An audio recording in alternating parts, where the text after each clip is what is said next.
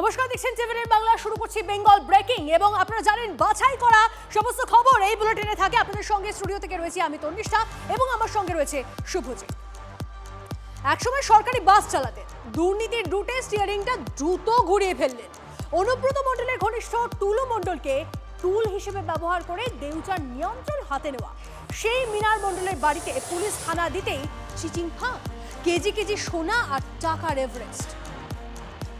এত বিপুল পরিমাণে টাকা আমাদের দেউচাতেই কারো বাড়িতে এত টাকা মজুদ থাকবে। বীরভূমে কি পাথর ঘষলেই সোনা? অনুব্রত মণ্ডলের কাছের লোক হিসেবে পরিচিত পাথর ব্যবসায়ী টুলু মণ্ডলের সম্পদের সাম্রাজ্য দেখেছে বাংলা। সেই টুলুর ভগ্নিপতি মিনার মণ্ডলের বাড়িও যে দুর্নীতির মিনার, উদ্ধার কোটি কোটি টাকা, কেজি কেজি সোনা।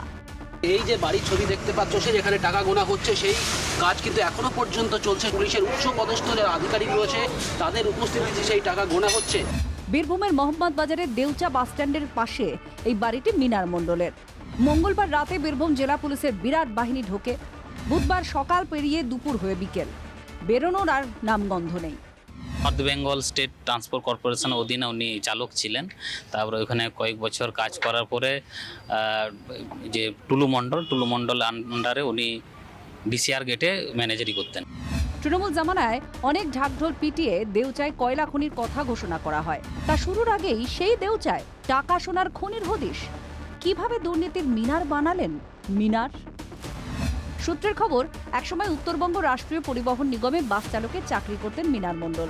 তৃণমূল জামানায় রকেট গতিতে উত্থান অনুব্রত ঘনিষ্ঠ বলে পরিচিত মিনারের। 2014-15 নাগাদ পাথর ব্যবসায়ী শ্যালক টুলু মণ্ডলের হাত ধরে ব্যবসায় পা রাখেন মিনার মণ্ডল। সূত্রের খবর, অনুব্রত মণ্ডলের জেল যাত্রার পর অভিষেক বন্দ্যোপাধ্যায়ের ঘনিষ্ঠ হয়ে ওঠেন মিনার। দেউচার নিয়ন্ত্রণ ছিল এই মিনারের হাতে। নকল চালান দেখিয়ে টাকা তোলার দায়িত্ব ছিল মিনারের।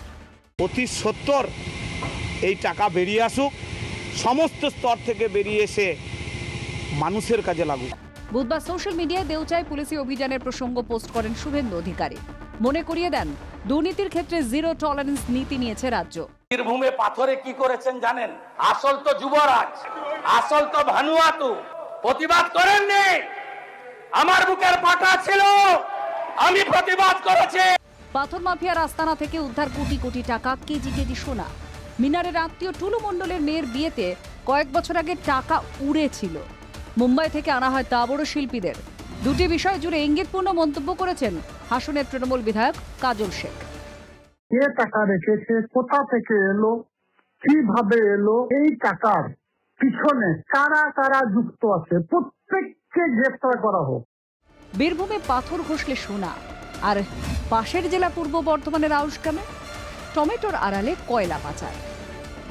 বাস চালক থেকে পাথর মাফিয়ার মিনারের প্রতিপত্তি হলো কিভাবে? শুধু কি পাথর ব্যবসা নাকি অন্য কোনো সূত্র? কোথায় কোথায় বখরা পাঠাতে হতো? অনেক উত্তর খুঁজছেন তদন্তকারীরা। হিমাদ্রি মণ্ডলের রিপোর্ট, টিভি9 বাংলা। এদিকে ছিল রুমাল, হয়ে গেল বিড়াল। নিছকে একটা পথ দুর্ঘটনা, কিন্তু সেখান থেকে কত কি বেরিয়ে আসতে পারে বলুন তো। আউশ গ্রামের ঘটনা, দুর্ঘটনা ঘটেছে। যারা সাহায্য করতে গেছিলেন, ছুটে গেছিলেন, তারা ছুটো তো গেলেন, কিন্তু গিয়ে কি দেখলেন জানেন? যা দেখলেন তাতে চোখ কপালে উঠেছে।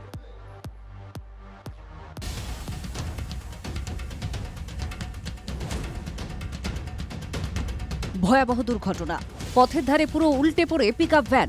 এই অবস্থা দেখে সঙ্গে সঙ্গে সাহায্য করতে এগিয়ে যান স্থানীয়রা। তখনই নজরে আসে বিষয়টি। আউশগ্রামের গোবিন্দপুরে বর্ধমান বোলপুর 114 নম্বর জাতীয় সড়কের ধারে উল্টে যাওয়া ভ্যানের মধ্যে ভরে ভরে কয়লা, অথচ ওপরে কিন্তু টমেটো, সবজি সাজিয়ে গুছিয়ে রাখা ছিল। তলে তলে যে এত কাণ্ড কে জানতো। অভিনব কায়দায় কয়লা পাচার হচ্ছে, কিন্তু আমরা সিনেমাতে দেখেছি, পুষ্পা সিনেমায় কিভাবে নানান রকম কাঠ পাচার হতো। তো এই প্রথম দেখলাম আমি এইভাবে। আসানসোলের নাম্বার গাড়িটা একমাত্র ওই সাইডে যেখানে কয়লা পাওয়া যায়, আমাদের কলিয়ারির সাইড, ওখান থেকে আসছে। উপরে মাল চাপানো রয়েছে টমেটো, তলায় দেখছি অভিনব কায়দায় কয়লা পাচার হওয়ার মতো ব্যাপার। খবর পেয়ে দ্রুত ঘটনাস্থলে পৌঁছয় ঘুষ করা ফাঁড়ির পুলিশ। তারাও অবাক, সবজিবাহী গাড়ি যাচ্ছিল দিব্যি। দুর্ঘটনা না হলে কি সামনে আসতো? এই কাণ্ড চলছে। কোথা থেকে আসছিল এই কয়লা? কোথায় নিয়ে যাওয়া হচ্ছিল? কাদের মাস্টার প্ল্যান? এই সমস্ত প্রশ্নের উত্তর পেতে এখন সূত্রের খোঁজে পুলিশ। মনতোষ পোদ্দারের রিপোর্ট, টিভি9 বাংলা। উপনির্বাচনে নন্দীগ্রামের ফল কি? ভোটের আগে কার্যত তা বুঝিয়ে দিয়েছেন মুখ্যমন্ত্রী। ছেড়ে আসা আসন নিয়ে আত্মবিশ্বাসে তিনি ভরপুর। নন্দীগ্রামে প্রার্থী দাঁড় করাতে হিমশিম খাচ্ছে কালীঘাট তৃণমূল। প্রবীণ অখিলগিরির উপরই যেন মান রক্ষার দায়িত্ব। স্থানীয় স্তরের নির্বাচনে কালীঘাট তৃণমূল বলুন আর ঋত তৃণমূল বলুন, দুপক্ষরই বেহাল অবস্থা, লোক পাবেন। নিশ্চিতভাবে লড়াইটা আমাদের পক্ষে অনেকখানি সহজ হবে না। নন্দীগ্রাম থেকে তিনি টানা তিনবার জয়ী। 2021-এ এখানেই মমতা বন্দ্যোপাধ্যায়কে হারান। পুরনো আসন ছাড়তে হলেও নন্দীগ্রামের নারী নক্ষত্র জানা শুভেন্দু অধিকারী যখন 5 গুণ ভোটে জেতার কথা বলছেন, তখন লড়াই কঠিন বলে কার্যত ওয়াক ওভার দিচ্ছে তৃণমূল। শুভেন্দু অধিকারী বুঝিয়ে দিয়েছেন কি হতে চলেছে নন্দীগ্রামের ফল, কিন্তু কার বিরুদ্ধে লড়বেন বিজেপি প্রার্থী। এই মুহূর্তে নন্দীগ্রামে পার্টি অফিস খোলার লোক নেই তৃণমূলের। 26-এ বিপর্যয়ের পর ময়দানে দেখা যায়নি শুভেন্দু অধিকারীর বিরুদ্ধে প্রার্থী হওয়া পবিত্র করকে। শেখ সুফিয়ান, আবু তাহেরদের মতো নন্দীগ্রামের তৃণমূল নেতারা বেপাত্তা। কঠিন সময় অখিলগিরির কাঁধে ভর করে নন্দীগ্রামে উপনির্বাচনের নৌকা পার করতে চাইছে কালীঘাট তৃণমূল। নিশ্চিতভাবে লড়াইটা আমাদের পক্ষে অনেকখানি সহজ হবে না, তাহলেও আমাদের লড়াই ভালো হবে এবং লড়াই করতে আমরা পারব। 2023-এর পঞ্চায়েত ভোটে নন্দীগ্রামের 17টি পঞ্চায়েতের মধ্যে বিজেপির দখলে আসে 11টি, 6টি ছিল তৃণমূলের হাতে। বিধানসভা ভোটের পর শামসাবাদ, দাউদপুর, কেন্দামারি, বয়াল 1, আমদাবাদ 1 ও খোদামবাড়ি 1 পঞ্চায়েতও বিজেপির হাতে চলে এসেছে। এই মুহূর্তে গ্রাম পঞ্চায়েত স্তরে শূন্য তৃণমূল, যা দেখে উপনির্বাচনের আগে বিজেপি আরও উজ্জীবিত।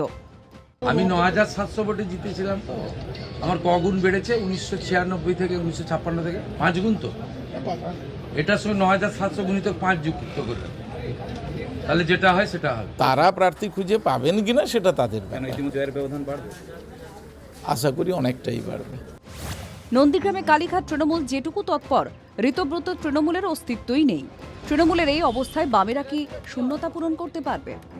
বিধানসভা কমিটি, অঞ্চল নির্বাচনী কমিটি এবং বুথ কমিটি, যা নির্বাচনী কাঠামো গড়ে তোলবার দরকার, সেই কাজ আমাদের চলছে। প্রশাসনিক এবং রাজনৈতিক সমস্ত বাধা এবং প্রতিকূলতা সত্ত্বেও আমরা সেই কর্মী সভা সংগঠিত করেছি।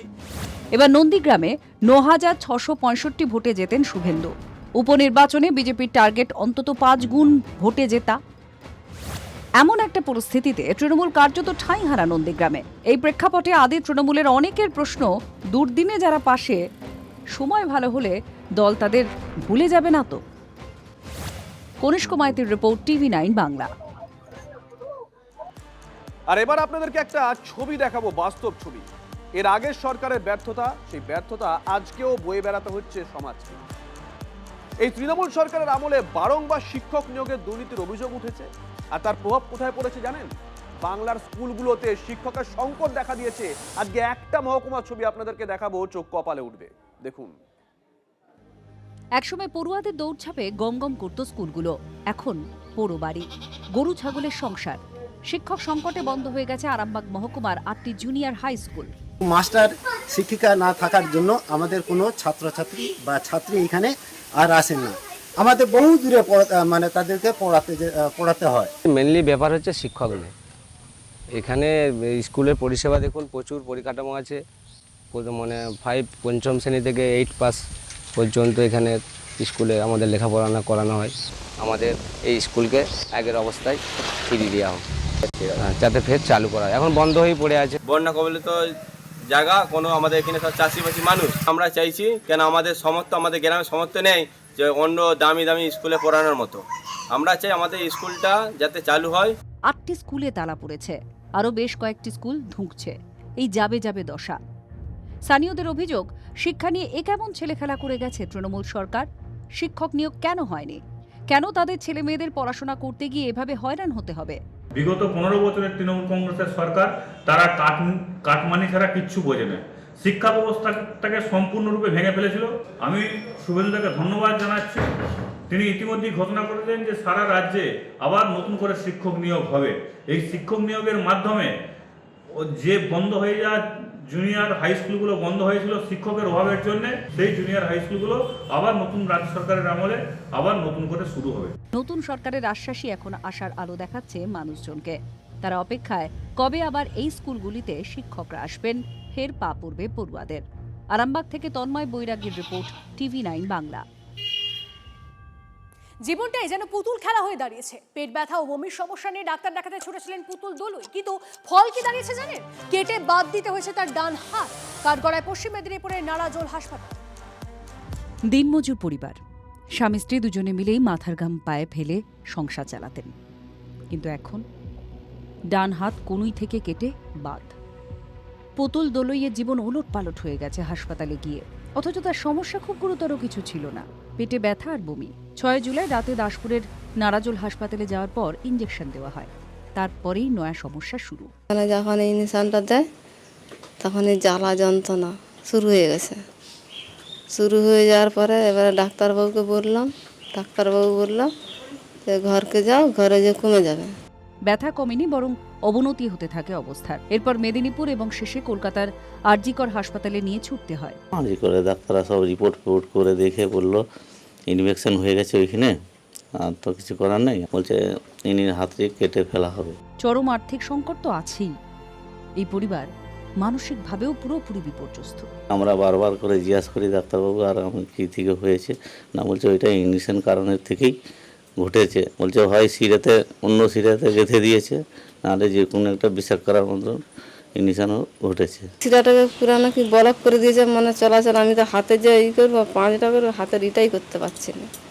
মানে সে কি বলছে ইঞ্জেকশন দেওয়ার ভুল? হ্যাঁ।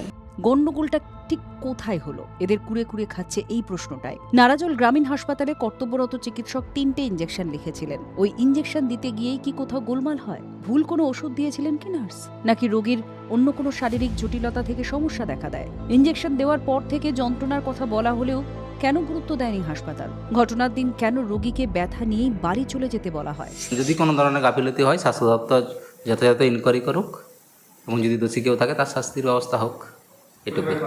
হ্যাঁ, পরিবারের পাশে অবশ্যই থাকবো। থানায় অভিযোগ হয়েছে। সূত্রের খবর, প্রশাসনিক স্তরে ব্লক স্বাস্থ্য আধিকারিকের কাছ থেকে রিপোর্টও চাওয়া হয়েছে। এবার তদন্তের পালা, বিচারের অপেক্ষা। তবে যা হারাতে হলো পুতুলকে, তা ঠিক হওয়ার উপায় নেই। সামনে আরও কঠিন জীবনযুদ্ধ। কি হবে এবার? চিন্তায় ঘুম নেই চোখে। দাসপুর থেকে অসীম বেরার রিপোর্ট, TV9 বাংলা।